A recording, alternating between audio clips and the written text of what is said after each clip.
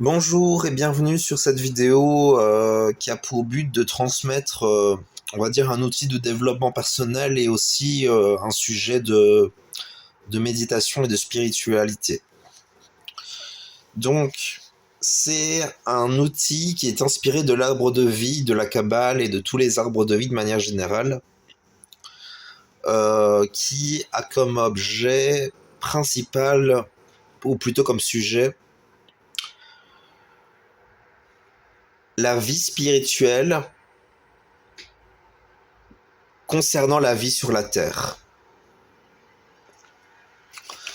Donc, c'est vraiment un outil qui ne concerne que la vie sur la Terre, au final, et principalement l'être humain. Il y a cette dimension il y a cette dimension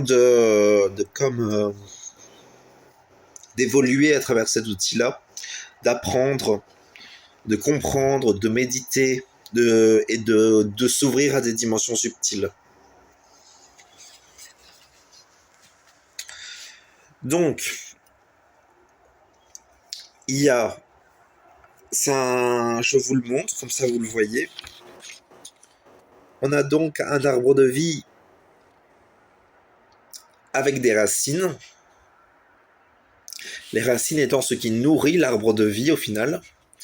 Et on va dire plusieurs bulbes de croissance au fur et à mesure que l'arbre croît, jusqu'à arriver à un fruit qui sera la vie dans l'au-delà. Mais bien évidemment, ça concerne aussi la vie sur Terre, bien évidemment.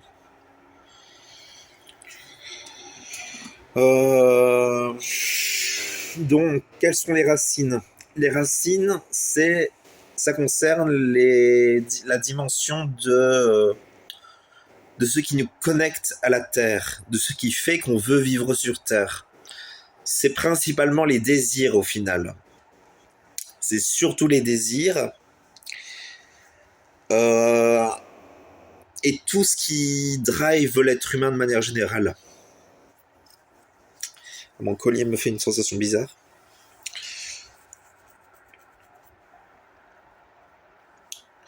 Donc il y a cette dimension des désirs, des pensées, de la volonté, des expériences de la Terre,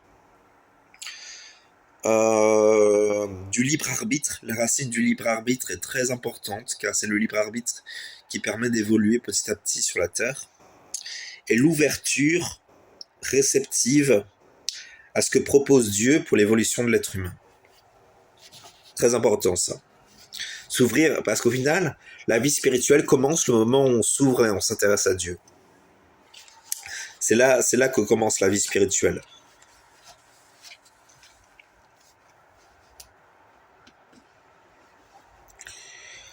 Donc il y a cette dimension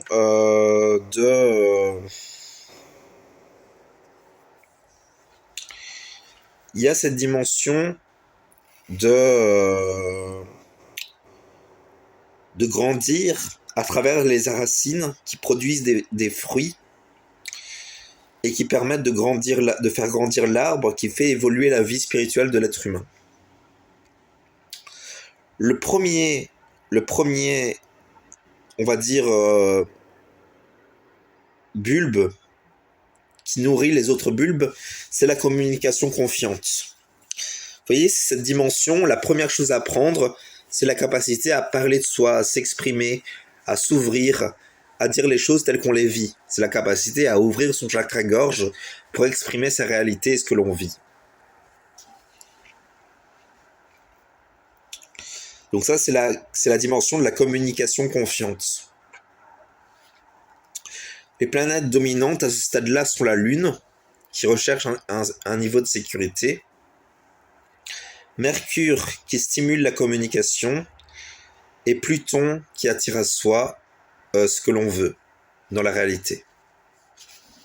D'autres planètes qui peuvent être intéressantes, comme Jupiter aussi. Toutes les planètes peuvent être intéressantes à tous les stades. Simplement, au final, chaque stade choisit en quelque sorte ces planètes dominantes quand même, mais au final chaque planète a sa place, a une place particulière à chaque stade.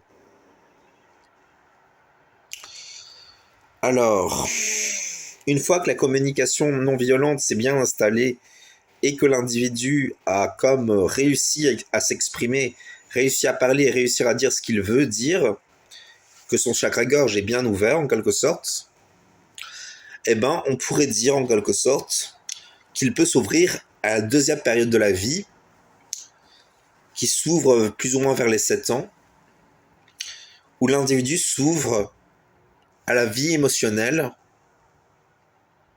et au vivre ensemble, aux émotions primaires, à la vie de l'enfant.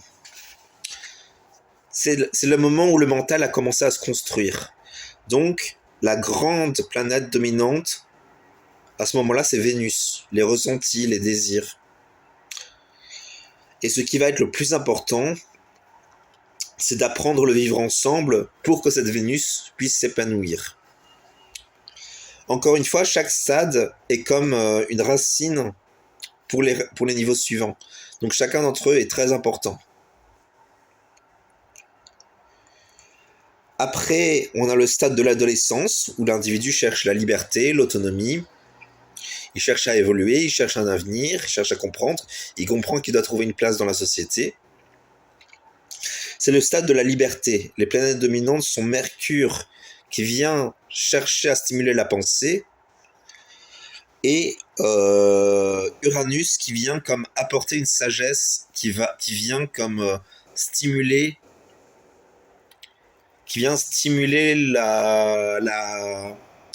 la lumière pour le sujet. Qu'en final, l'adolescence, c'est un moment où l'individu a besoin de beaucoup de lumière. C'est pas toujours évident parce que c'est souvent... J'ai parlé de Mercure et d'Uranus, il y a aussi le Soleil, parce que c'est le moment où le chakra dominant, c'est le plexus solaire. Mais pour moi, Mercure est quand même plus active que le Soleil à ce moment-là. Même si les deux sont comme actives l'une avec l'autre au final. Après, une fois que l'individu s'est bien ancré dans la communication confiante pour exprimer ce qu'il veut vivre,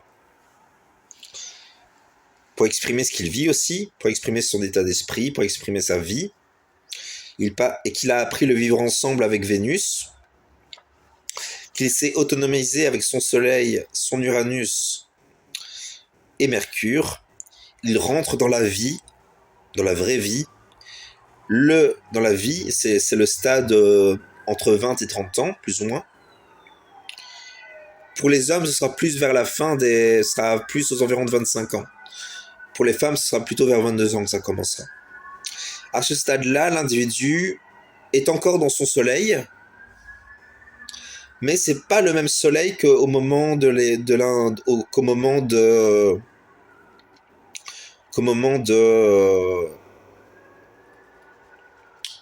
l'adolescence.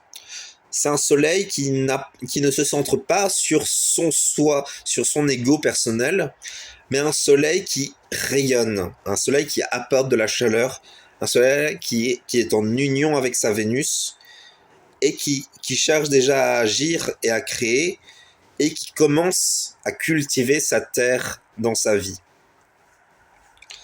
À ce stade-là, c'est le moment de la première vie. Vraiment, tout tourne autour du soleil à ce moment-là. C'est un stade crucial dans le développement personnel du sujet et c'est très important de bien le vivre. C'est le moment où on est le plus éclairé aussi, où on a le plus de vie la plupart du temps. Après, il y a le stade du travail qui commence vers les 32 ans, 35 ans pour l'homme et aux environs de 28-30 ans pour la femme. C'est le stade où la personne commence à être active dans sa vie, où elle travaille, où elle a pu vivre pleinement quelque chose qui l'a ancré dans des émotions positives lors de sa première vie, avec le stade précédent. Et à partir de ce moment-là, elle commence à être plus dans l'action, dans la cultivation. Les planètes dominantes sont Mars, qui agit, Cérès, qui cultive pour moissonner, Cérès ayant déjà commencé à moissonner dans la première vie, et Jupiter qui apporte une dimension d'expansion de la vie, car au final il y a ces dimensions de Jupiter, Mars et Cérès qui travaillent ensemble en cohésion pour produire quelque chose dans la vie. Enfin vient le stade de la compréhension, avec Saturne aux environs des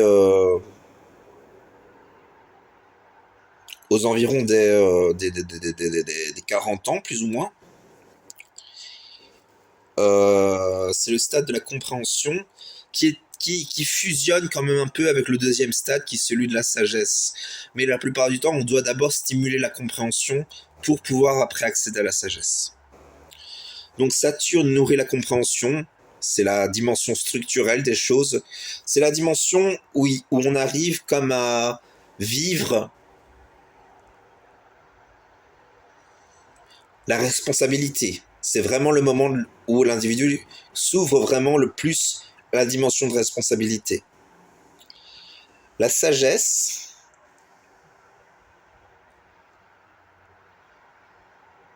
ensuite vient la sagesse après la compréhension saturnienne, où l'individu est comme solaire. Il unit son soleil, sa Vénus et son Uranus comme pour créer une valeur solaire fraternelle. Donc ça, c'est la sagesse. La sagesse étant la lumière au final. La compréhension est aussi une lumière, mais c'est pas tout à fait la même lumière. La sagesse, c'est plus proche de la lumière. Et enfin, après le stade de la sagesse vient le stade de la sainteté. Si l'individu a bien travaillé lors des périodes précédentes, parce qu'au final, c'est ça le plus important, c'est de réussir à cultiver, parce qu'au final, toutes les planètes sont importantes à tous les stades. Simplement, on en met quelques-unes en avant, parce que c'est les planètes qui vont le plus jouer un rôle dans ces dimensions-là. À ce stade-là, au stade de la sainteté, c'est lié au chakra Sahasrara, le chakra couronne, qui connecte au plan divin, qui connecte aux dimensions subtiles, et qui permet de comprendre toutes les dimensions subtiles. C'est le stade où l'individu peut s'ouvrir aux dimensions de la vie parfaite, du Dieu parfait, du subtil, de l'intégration de toutes les leçons précédemment acquises, pour en produire un fruit de bienfaits complets. J'ai pas mis planète dominante parce que pour moi, on est plus au stade de l'univers à ce moment-là. C'est le moment où toutes les planètes travaillent en cohésion parfaite. Elles ne forment plus qu'un et elles sont en harmonie tout entière. Tous les fruits des stades précédents sont là. Tous les fruits des stades précédents sont cumulés. Alors bien évidemment, j'ai donné des périodes de temps. La vérité, c'est qu'on peut retravailler chaque stade à chaque moment de sa vie.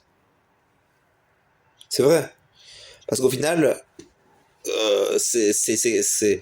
Après, la plupart du temps, quand on est entré dans un cycle, quand on est arrivé, par exemple, moi j'ai 26 ans, et ben, à partir de 26 ans, on est plutôt dans la vie de Vénus et du Soleil.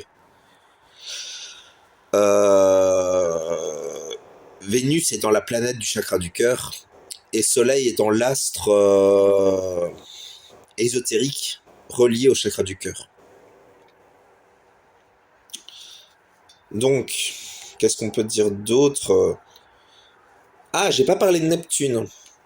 Pourquoi j'ai pas parlé de Neptune? Ah, il y a quelqu'un qui m'appelle. Je répondrai après. Neptune.